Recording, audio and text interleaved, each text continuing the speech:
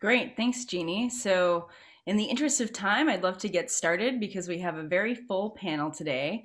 I'm so pleased to be able to introduce the very first panel for our International Women's Day event. And in this panel, we're featuring women leaders in microfinance. And I'm very excited to present our field team, part of our field team, and also three of our microfinance partners. So, we're going to be highlighting our partners in Nepal, Paraguay, and in Uganda. So today, let's start out with our portfolio manager for Latin America and the Caribbean, Stephanie Manciagli, and she's going to be speaking with Adriana Alvarez of Fundacion Paraguaya. And before we get started with the conversation, I just want to do a couple of housekeeping things. So if you have any questions during the presentation, please put them in the chat, and our team is going to be monitoring them so we can answer your questions in real time. We don't have time for a Q&A at the end of the session today, so if you think of something, please put it in the chat and we'll be monitoring. And before we get started with Stephanie and Adriana having a conversation, I'd like to share a video from Fundación Paraguaya about their work. It's a very quick 30-second video. So we'll enjoy the video and then we'll get right into it.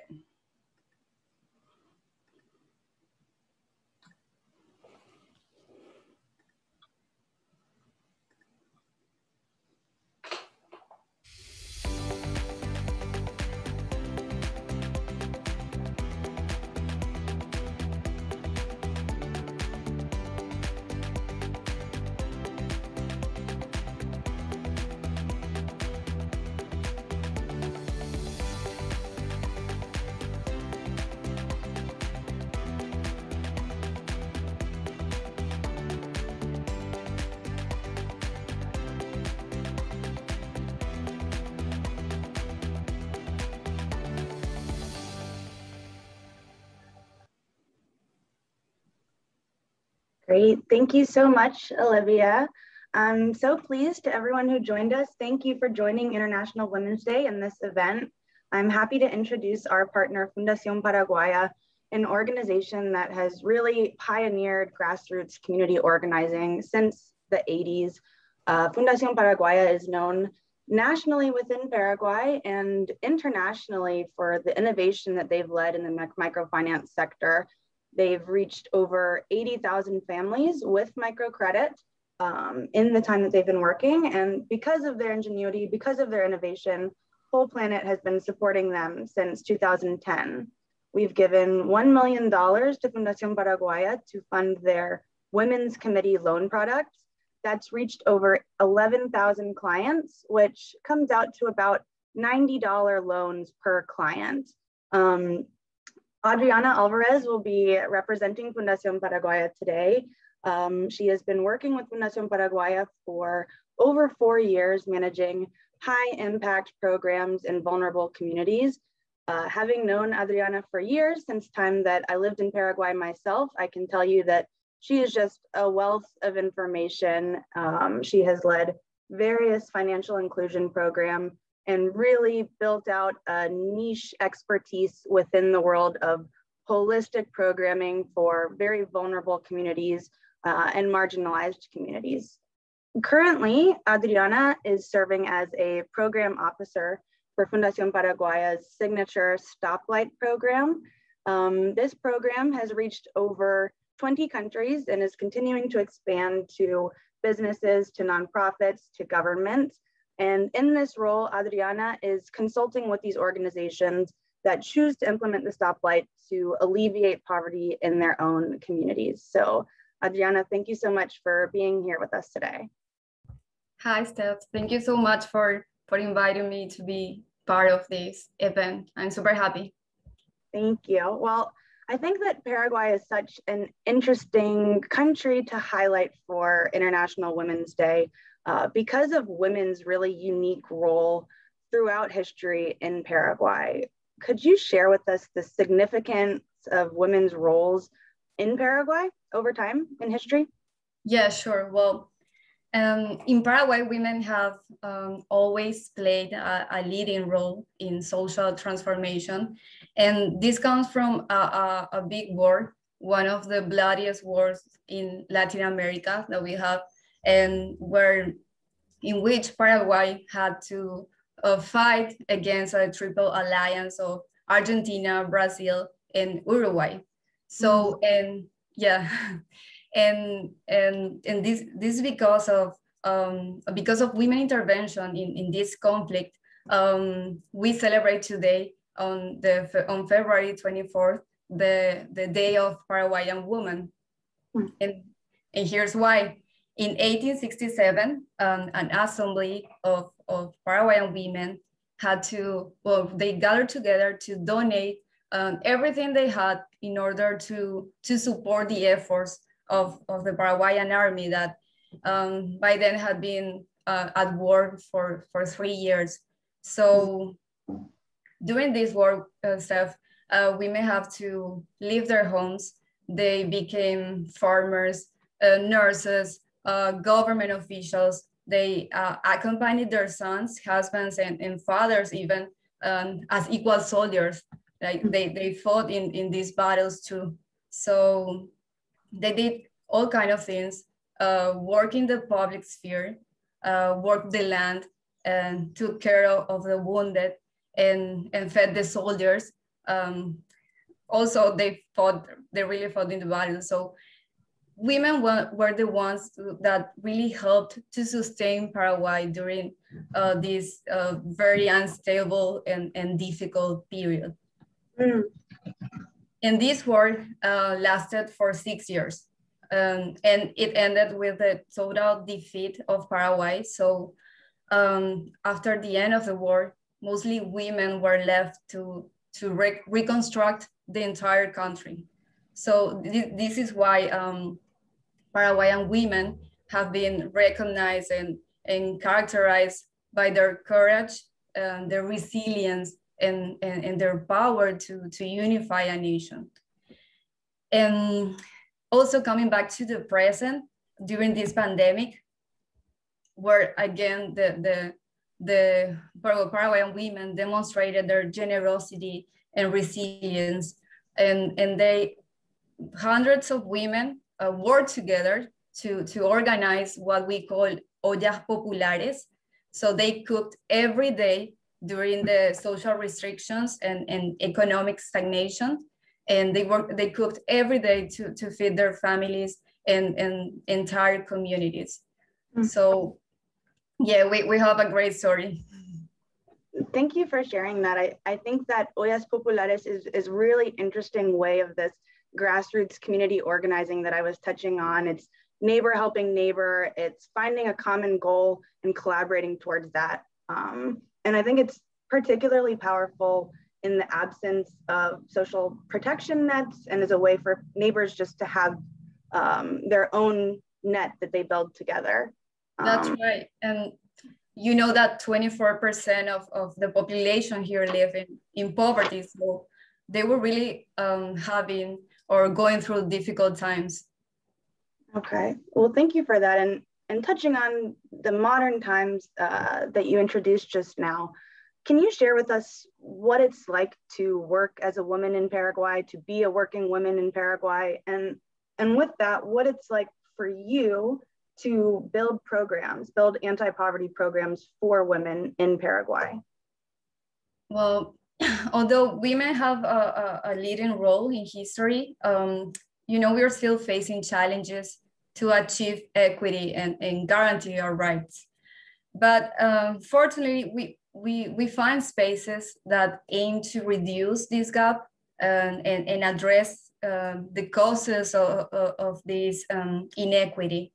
So I'm confident in our power to create a fairer society for both men and women. And one of those spaces is Fundacion Paraguaya. And our mission is to develop and implement practical, innovative, and sustainable solutions to eliminate poverty and create dignified living conditions for every family. And Fundacion Paraguaya recognizes that traditionally women are the ones who look after their family's well-being and are regularly taking action to improve their situation. So our main focus is on empowering women. and providing tools that will enable them or help them to achieve their goals. And our microfinance program has more than 70,000 clients, and 80% of them are women. So every day we see, and I'm sure you had the chance to see for yourself, Steph, while you were here, but we see stories from women who are raising their families on their own. They work in the streets selling all kind of products. They work in their homes, managing their time between their business and house activities. They do chores and take care of their children. Meanwhile, they work on their business plans and strategies to improve their revenue. So for me, working here, I feel proud to see what women achieve every day in a country that still does not provide them with basic security. We heard of women that need to leave their houses at 4 a.m. They need to walk hundreds or many kilometers in order to work and bring food to their children and ensure they can have a better future. Sorry, Steph. No, totally. And I think it's interesting that it's both specific to Paraguay and nuanced, and Paraguay has a unique story to tell about these women's stories, but it's also very commonplace and all too common in other countries as well. I'm curious to know, because the work that you're doing with the Stoplight program, consulting with organizations overseas who have seen the strategies in Paraguay and are adapting it to their own context, what are you finding in terms of how women are building their livelihoods across the world, and what commonalities are there in the stories? Okay, first, let me tell you a bit about the Poverty Stoplight. The Poverty Stoplight is a framework to measure and address multidimensional poverty, and by enabling families to overcome their challenges. So, as I mentioned before, many of these households are headed by women of all ages. And one example of what happened outside of Paraguay is a few years ago, I had to go to Haiti, to IT, to train a microfinance organization in the use of the Poverty Stoplight. And we had to conduct focus groups. And so one of the first questions, we did a focus group with women living way below the poverty line. And one of the first questions we asked them was what having well-being meant to them. And they mentioned different interesting things that, for example, making sure their children were well-fed, that they were educated, and they had access to healthcare. So it's clear that women want a better present and future for their children. But they also talk about having the confidence and tools to improve their living conditions. So in diverse contexts around the world, we see women who are left aside, whose voices are not heard or considered. But at the same time, we have testimonies of these very same women who are creating jobs, who are helping others overcome difficult situations, who are training and sharing their knowledge. And finally, not only improving their lives, but also their communities. And I have another example, but I don't know if we have time. If it's 30 seconds, one last example would be fine. Okay, well, it's also an organization in South Africa. It's a country where 49% of Black women live below the poverty line, and 68% of South African mothers are single. And with the help of this organization, these single mothers, they could start small retail businesses that enable them to be financially and socially independent. So we see women of different ages and women all over the world that are willing to change their situation, however unfortunate it may be. And the finding here, what we found is that when given the opportunity, there are not limits to how far they get. Thank you, Audrey. I know we could have a very long conversation, and you really are just a wealth of knowledge. I'd encourage everyone in the audience today to write in any questions. Audrey and I will be here and we'll be on chat. Audrey, is there any way that people could contact you afterwards if they have more questions? Sure. I can write my email in the chat box. Okay, thank you so much for your time today. Thank you, Steph. Thank you, and happy International Women's Day. Happy International Women's Day. I'll hand it back over to Olivia now. Great. Thank you so much, Stephanie. So next, we are going to be hearing from our programs director for Southern and Eastern Africa, Zoe So, interviewing Winnie Auma from Village Enterprise. So I'm going to share a pre-recorded video with you that due to time zone constraints, we are going to be sharing this way. But Zoe's actually here with us. And if you have any questions along the way, then please ask in the chat. And there she is waving hi. So yeah, let us know if you have any questions. And without further ado, I'm going to share my screen to share this video.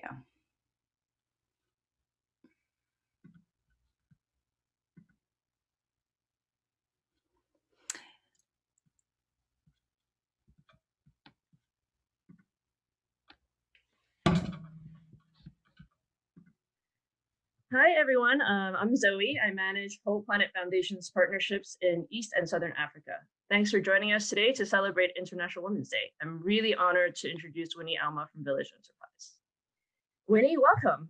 It's so great to see you again.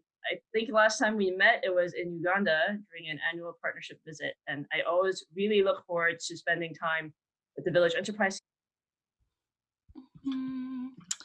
I'm so sorry, everyone. I just got a message that you maybe aren't seeing the video, so I'm going to try to share it one more time. Give me one moment.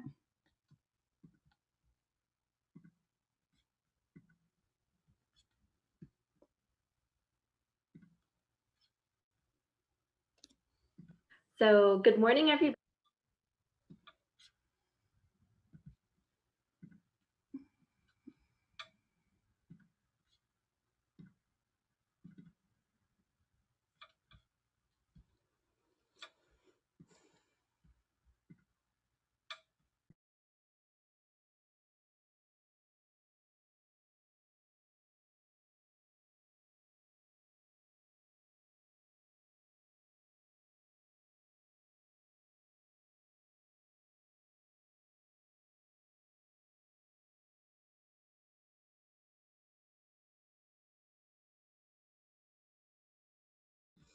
You know what? You were able to see it, JP. It looks like some of our attendees are not able to see it. Give me one moment.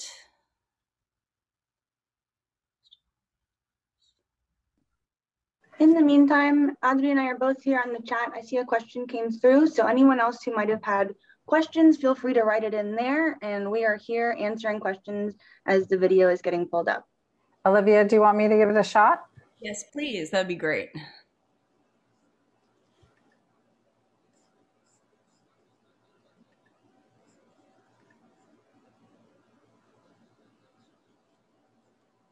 Partnerships in East and Southern Africa.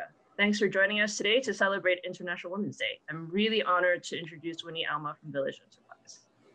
Winnie, welcome. It's so great to see you again. I think last time we met, it was in Uganda during an annual partnership visit, and I always really look forward to spending time with the Village Enterprise team in Gulu, and I love meeting the entrepreneurs and learning all about their micro businesses. So I thought I'd start with a few words first about our partnership, and then I'll turn it over to you with a few questions. How does that sound? That sounds good, Zoe, and thank you for having me today. Great. So a little bit about the partnership. Whole Planet Foundation has given Village Enterprise a grant of $225,000 to help 4,800 entrepreneurs and families start micro businesses.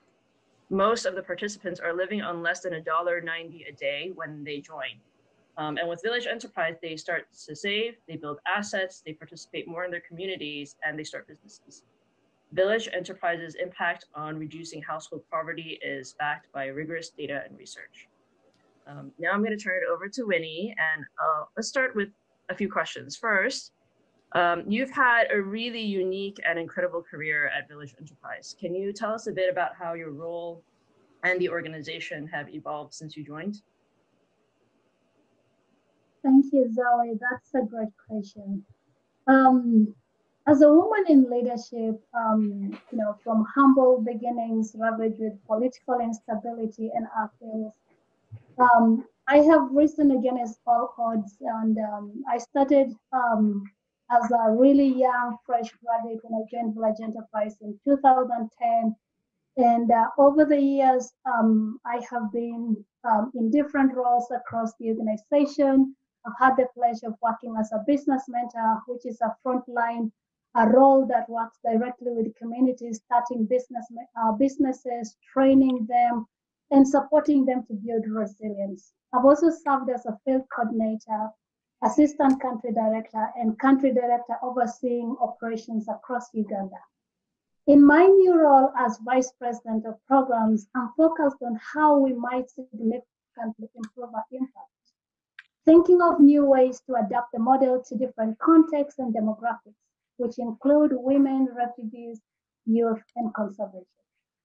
We all know that climate change is disproportionately affecting those in the bottom of the pyramid, and women and girls have the hardest hit.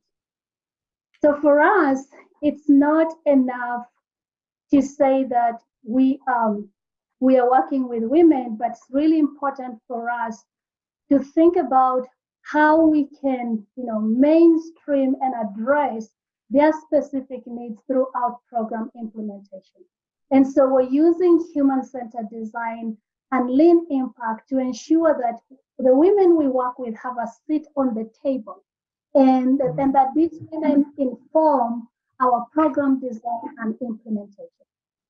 In our new strategic period ending 2023, our goal is to equip 90,000 new entrepreneurs. 85% of those will be women. And as you look at the data in Africa, women make up to 58% of Africa's self-employed population, and these are disproportionately affected by extreme poverty. And with COVID-19, World Bank predicts that this number will even be increase over the course of this period of time. And so, for me, as I reflect, about my time at Village Enterprise, I really feel like I'm a reflection of what Village Enterprise holds dear. Village Enterprise has been leveling the playground for women and men, and I have had great male colleagues within the organization, and I have never felt treated differently from them, And our goal is to extend what I have received to every woman within the organization, but also to women within our community. And of course, I have significantly grown over the years, and I do really hope that I can continue to use my voice and my role to be a role model to young women and continue to build platforms. And hopefully, they will be inspired to break barriers and take advantage of the opportunities that surround them. Yeah, and speaking of really a lot of the work that Village Enterprise does in leveling the playing field for a lot of people, but especially for women as well. Today, as we're celebrating women and recognizing their resilience in their personal lives and personal journeys, could you share the story of a Village Enterprise entrepreneur who has especially inspired you? Zoe, it's so hard to pick which specific one, because there's so many women over the years that have inspired me, and they have inspired me in many different ways. But one Chan Swazi is a woman I met in 2018 in Noya district in northern Uganda. Like a lot of women in our community, her place was in the kitchen and the garden. Her role was fixed on looking after her home and her children, and anything beyond her home was actually the responsibility of her now late husband. So for her, this idea that she would one day be a leader, have the confidence to manage and address anyone in any gathering or even a community level was never a thing that crossed her mind.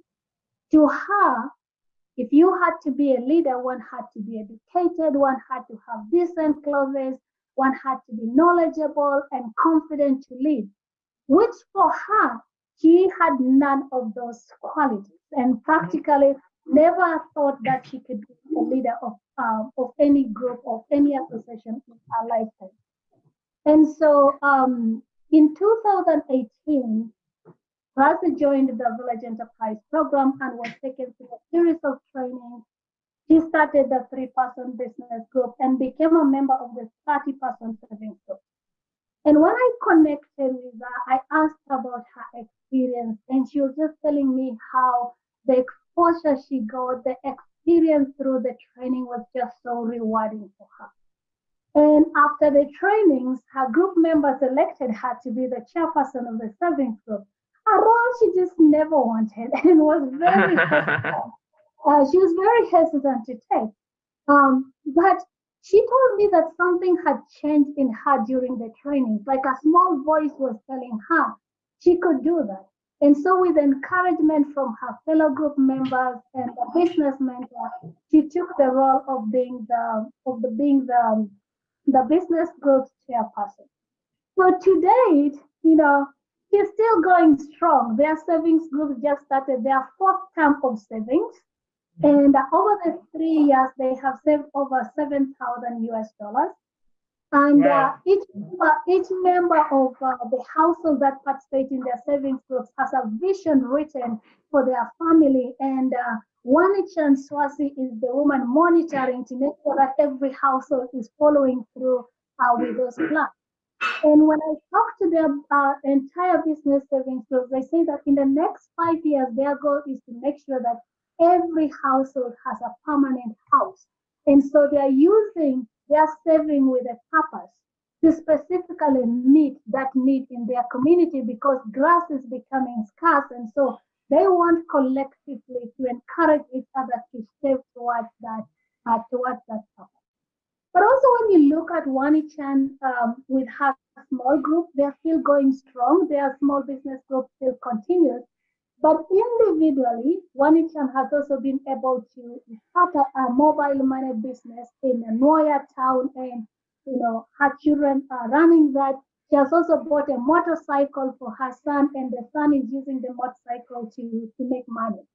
So when I just think about Winnie Chan's story, it's so inspiring, and it just shows the transformative power of giving opportunities and putting resources in the hands of women. And I think research and studies just continue to say that women will just replow that back to their families.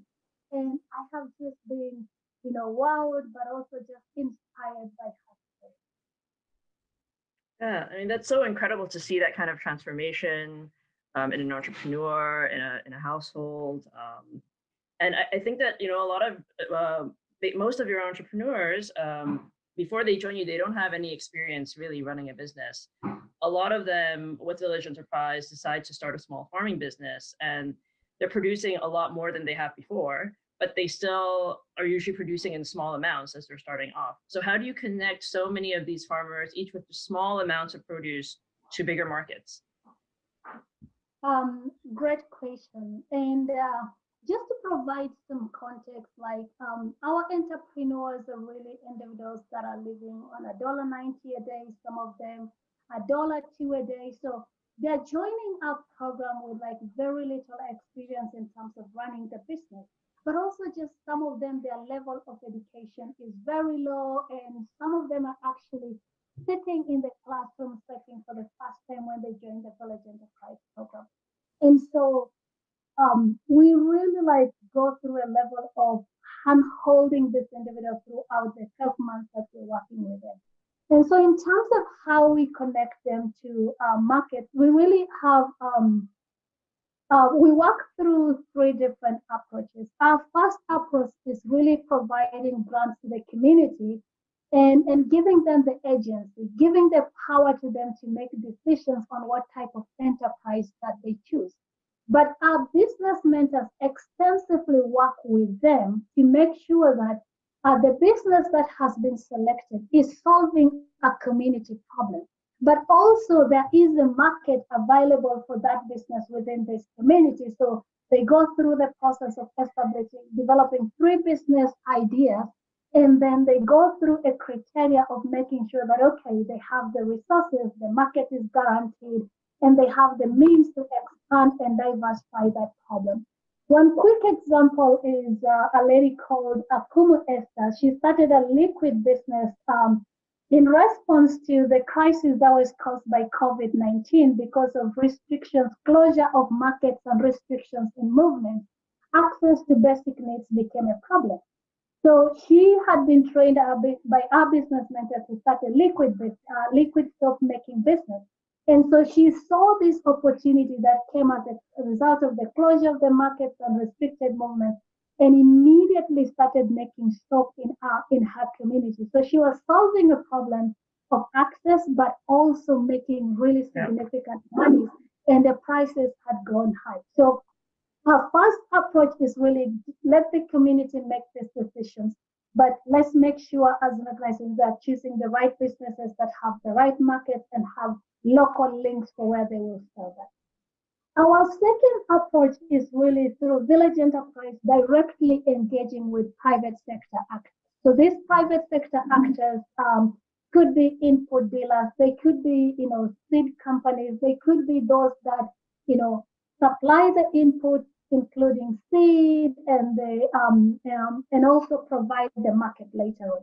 So we signed MOUs with these private sector actors, and throughout our implementation, there are several entry points. At the point where we are selecting the business, we then bring the private sector actor in place to discuss with the communities and present options for that.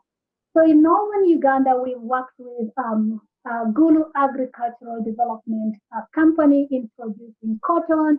We've also worked with them to produce sesame. And we've worked with other companies like 49ers. We've also worked with Manji Commodities to promote chili growing in conservation specific areas. So the private sector actors, in addition to what Village Enterprise does, comes in and works with the community, provides the technical training needed for them to grow the chilies, and then they come back, provide post-harvest handling training. And then our business owners are buying inputs from them. Once the harvest is done, they aggregate that, bulk it together, and then the private sector actor comes to buy. And we've seen that they actually get higher prices and quality products as a result of that type of arrangement. The third one is where we are layering, sequencing, and integrating with organizations that are working in the market systems development space.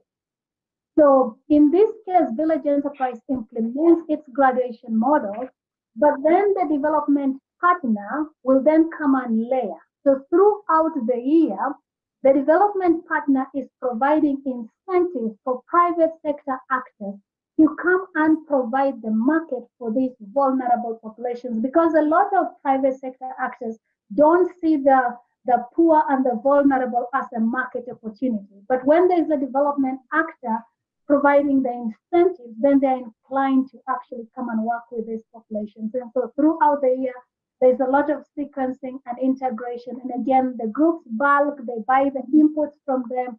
And then later on, the private sector actor comes back and buys the produce from this community. Yeah, thanks so much. You've shared so much with us already about your own journey, about the entrepreneurs that you work with and how you help connect them to markets. And I know that we could talk for a really long time about all the experience that you have and all of the great work the Village Enterprise does. But I wanted to invite you for now just to give any final reflections that you might have, anything you want to add. Well, thank you so much. First of all, for the opportunity to be here today. I mean, when we think about the International Women's Day, there are just a lot of things to think about. There are a lot of barriers to be broken, but I think we're taking steps to the right direction. And I think if we can touch one life at a time, we will be able to get to a place where we've created an equitable environment for women and men to thrive. And I think I'm just excited that organizations like, Whole Planet Foundation, continue to value the work that we do. And so I'm just excited for our partnership, but also excited for a lot of women out there that are taking advantage of the opportunities that are around them and seeing challenges as opportunities and overcoming them every day. So thank you so much. Thank you so much for your time and sharing your experiences. We likewise, we're really looking forward to working together in the future. And I really hope that the next time we speak will be in person in Uganda. Thank you, Zoe. Thanks, Winnie.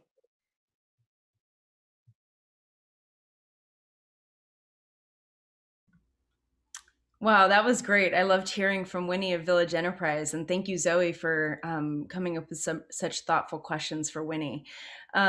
Zoe's just shared Village Enterprise's website in the chat. If you're interested in learning more about their programs, please visit that link.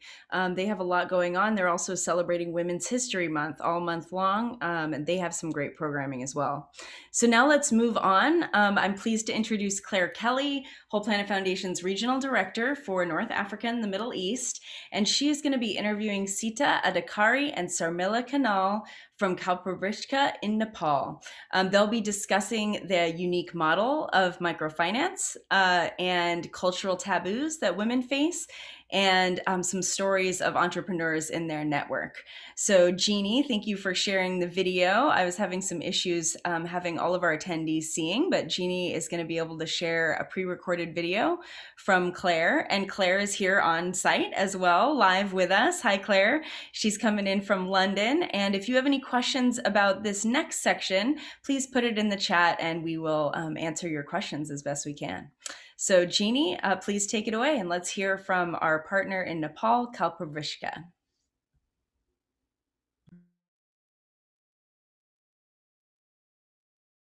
Claire Kelly, and I am the West Africa, Middle East, North Africa Director for the Whole Planet Foundation. And I used to work as the Asia Pacific Regional Director. And that's where I met Sita back in 2016 on my first trip to Nepal. When Whole Planet was planning this panel for International Women's Day, I wanted to specifically highlight Pollinate Group and Kalpavriksha for their operations in Nepal. It's a very special program among Whole Planet partners because they take a very intensive approach to working with the entrepreneurs in their network. And they provide a lot of support and training to really accompany the women to be not only successful in their business, but also to mentor and train them as community members and leaders as well. So I guess with that, I'd really like to turn it over to our two panelists so we can hear directly from them. So our two guests today, we have Sita Adhikari, and she is the founder of Kalpavriksha, the co-founder of Pollinate Group, and also the director of Impact. And with her, we have Sarmila Kanal, and she is an area manager at Kalpavriksha.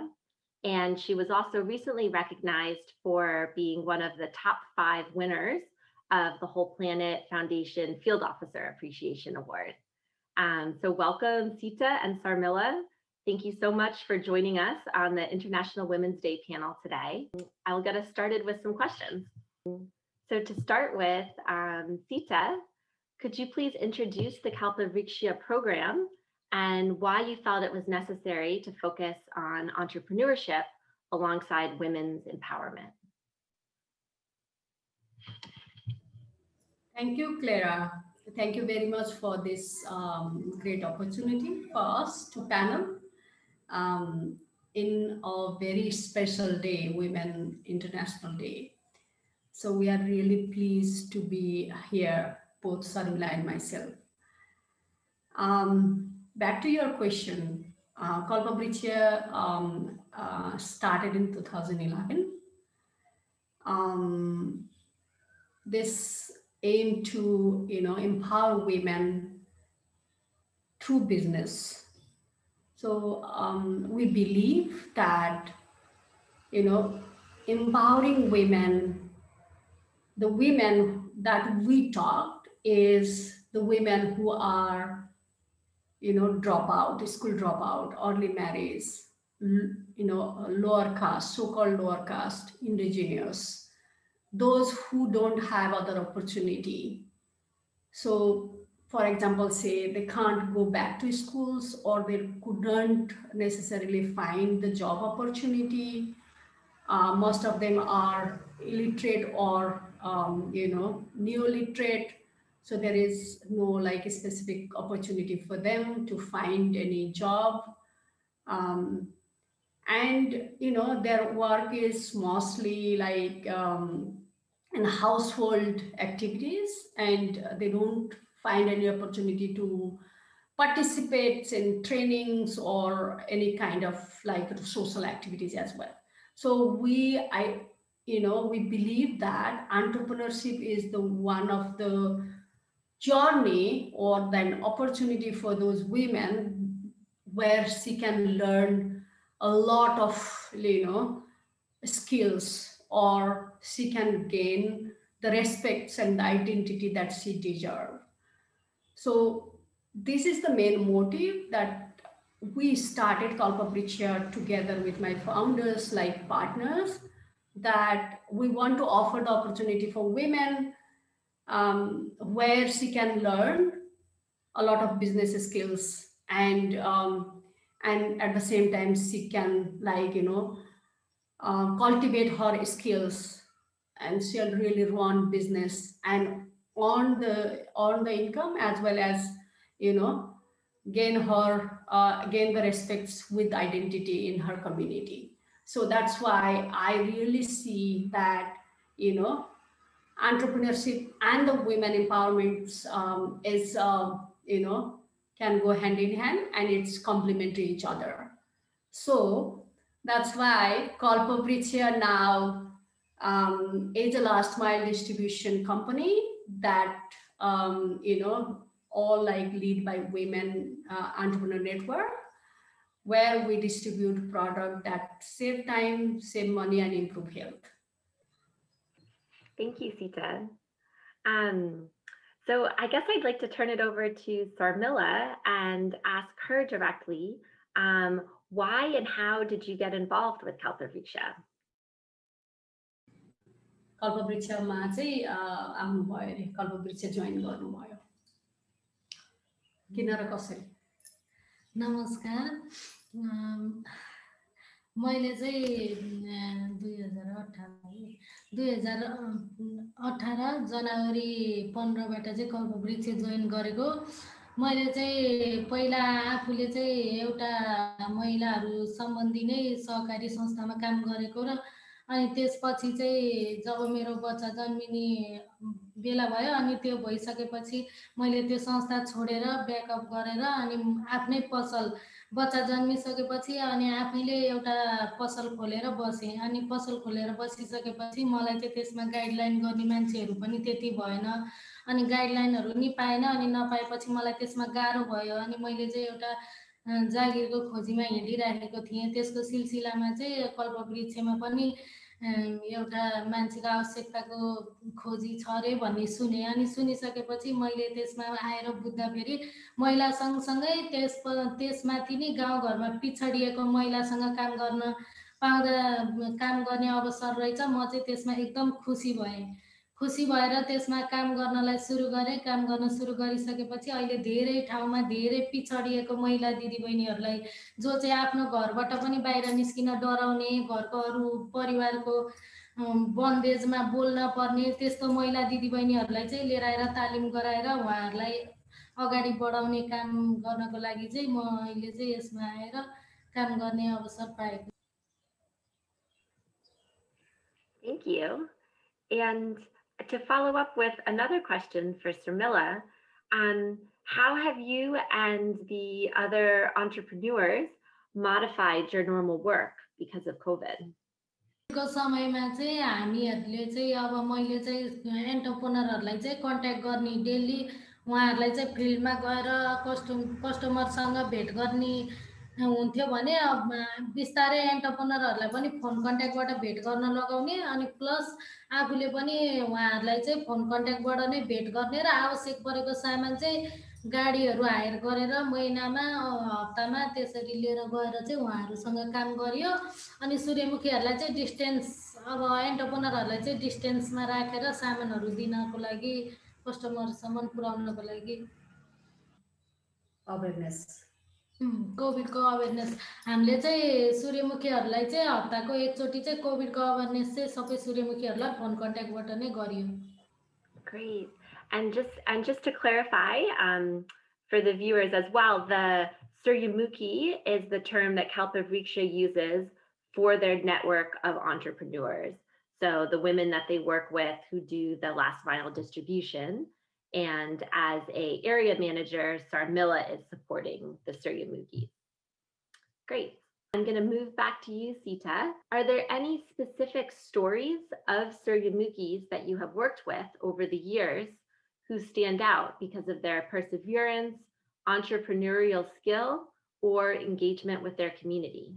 Yeah, definitely. We have a lot of those stories.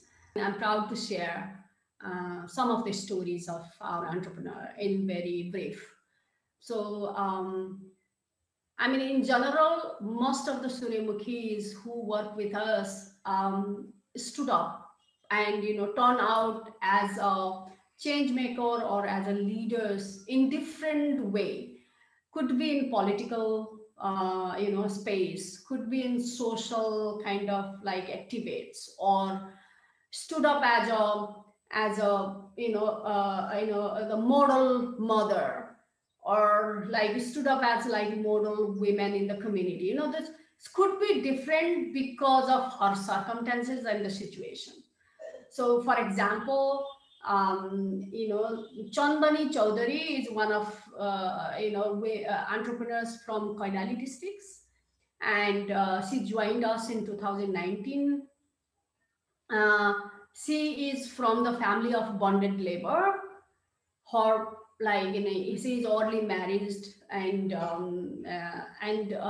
very victims of domestic violence from her family side. So she was in very miserable conditions, and she was always looking for the self-reliant kind of opportunity. So she joined Kalpavriksha, and she really found it is very helpful for her to learn how to be self-reliant, and has like the day one opportunity to start earning money while she is creating like awareness in the community. So this platform provide her not only the business skill, but also like the women's dignity, respects, all those like women empowerment aspects while she was taking training and all.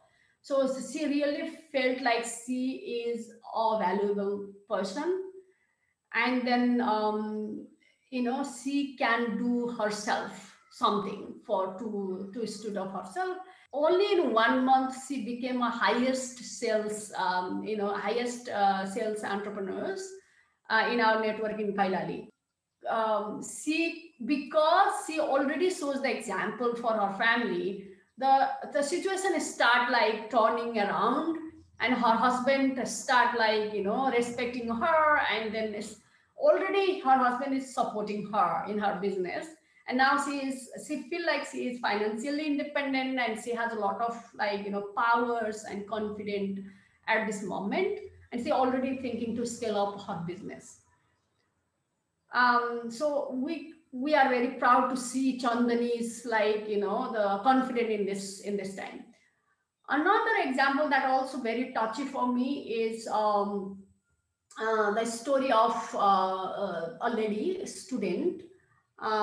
She is an entrepreneur in our network, and she is a student. She create a market while she is going with her mother in the self-help group, and she is very interested on her community health, and because far western region is kind of like known as very typical areas of chowpuri and a lot of taboos of menstrual hygiene and everything. She was more interested in menstrual hygiene and community health. And she stood up herself to creating awareness in the schools, menstrual hygiene awareness already, and then selling sanitary pad. She is mostly selling sanitary pad and water filter in the community. So and then she's using her that money what she earned in her education. So it's a role model for me, like for all the network. And I wanted to tell one more entrepreneurs that is very another very role model for us is Sipal, which she live in Chitawan, and this is very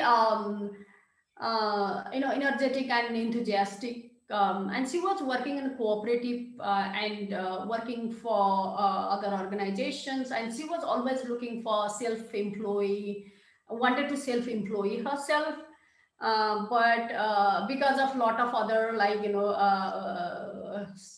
constraint like financial investments and all knowledge constant, she was not finding the proper way to self-employ and all. And then she found Kalpabricha is interesting, and she joined Kalpabricha in 2019. And then she was really interestingly participate in all the trainings and mentorship and on the job that we were providing to her, and she really found it is interesting and very helpful. Now already within a year, like she registered her business and started her own business now, and she has a small shop now, and she is still selling Kalpabricha product plus other product as well in her community. But she is already like self reliant and in with the identity, and already significantly helping her family financially as well. So yeah, these are we have many of these kind of Suryamukhis in our network. Wow. Thank you so much for sharing, Sita. I think that third story that you shared, I think, is one of the really cool features about the Kalpavriksha program, is that the entrepreneurs or Suryamukhis that you support, they have the chance to use the program to build up their own business. And then in some cases, they might even graduate out of the program. And then that kind of frees up space for new entrepreneurs to join. So it kind of has this graduation development built in. And I also, I thought that second story that you shared was really especially interesting as well, because I'm not sure if everybody watching will know, but in some parts of Nepal, there are a lot of stigmas about menstruation.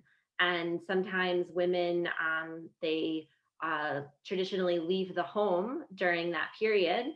And in those cases, they can be quite vulnerable to like the elements or health threats if they're staying outside of their home. And because one of the products that Kalpavriksha Suryamukis are distributing is the sanitary pads, it's really interesting that your entrepreneur was able to link those products that she was selling with kind of talking about health practices. I don't know, could you tell us a little more about that second example? Maybe, I'm sure you could explain it a little bit better than me. Yeah, I was talking about the Vidya Bakaria. Her name is Vidya Bakaria. So yes, she was, I mean, how she does her business is like, say, carry the sanitary pads. And since like she is very interested on community health awareness, and just in the far western, she is from Koilali districts, and there is a lot of taboos while the menstruations, like the period time. And you even can't like in typical village area, you can't like easily talk about these things. And women, most of the cases, women kept in a shed which is a little far from the house, and she can't touch the male members, and many cases like she can't be outside in the sun. There is a lot of like beliefs that she is very unpurified, and and then there is a lot of like on bless issue, blessing from the god and all. Like she's really kind of it's really a huge taboo for women and the girls. And it's not just the emotional and the psychological thing, it's more like physically women get affected from snake biting, many like could be rape cases, like many incidents happen in that period of time. So it's a really a kind of like social stigma on that particular time. um, so, and then no doubt it's very hard to easily talk about the product during menstruations, like sanitary pad myself, when I was the period in when I was on my field visit in far western region, and I went to the shop to buy the sanitary pad, and the shopkeepers really hide the sanitary pads, wrap the papers and then give under the table. So it's very hard to get that, like easily, and it's very like same things that you just sew the sanitary pads in front of the people and all.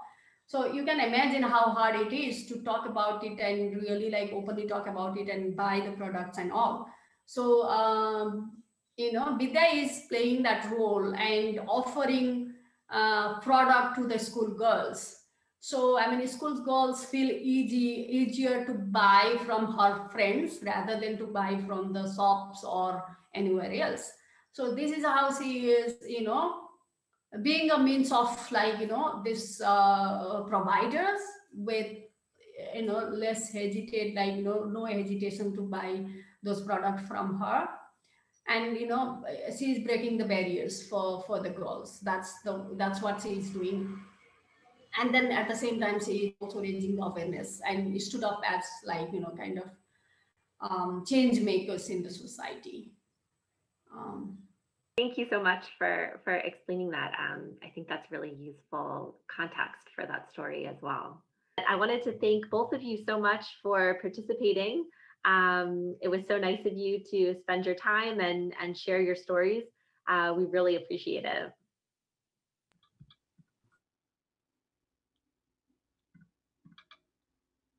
All right, everyone. Thank you, Claire, for those thoughtful questions. We really appreciated that part of the program.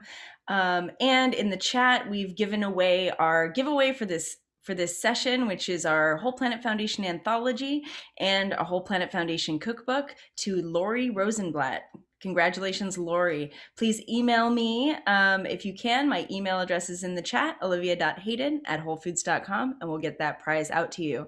And now I know we have some of our new panelists arriving, so I wanted to thank all of our panelists for Women Leaders in Microfinance. It was very educational, and I hope everyone enjoyed learning more about our partners abroad. We really appreciated having you.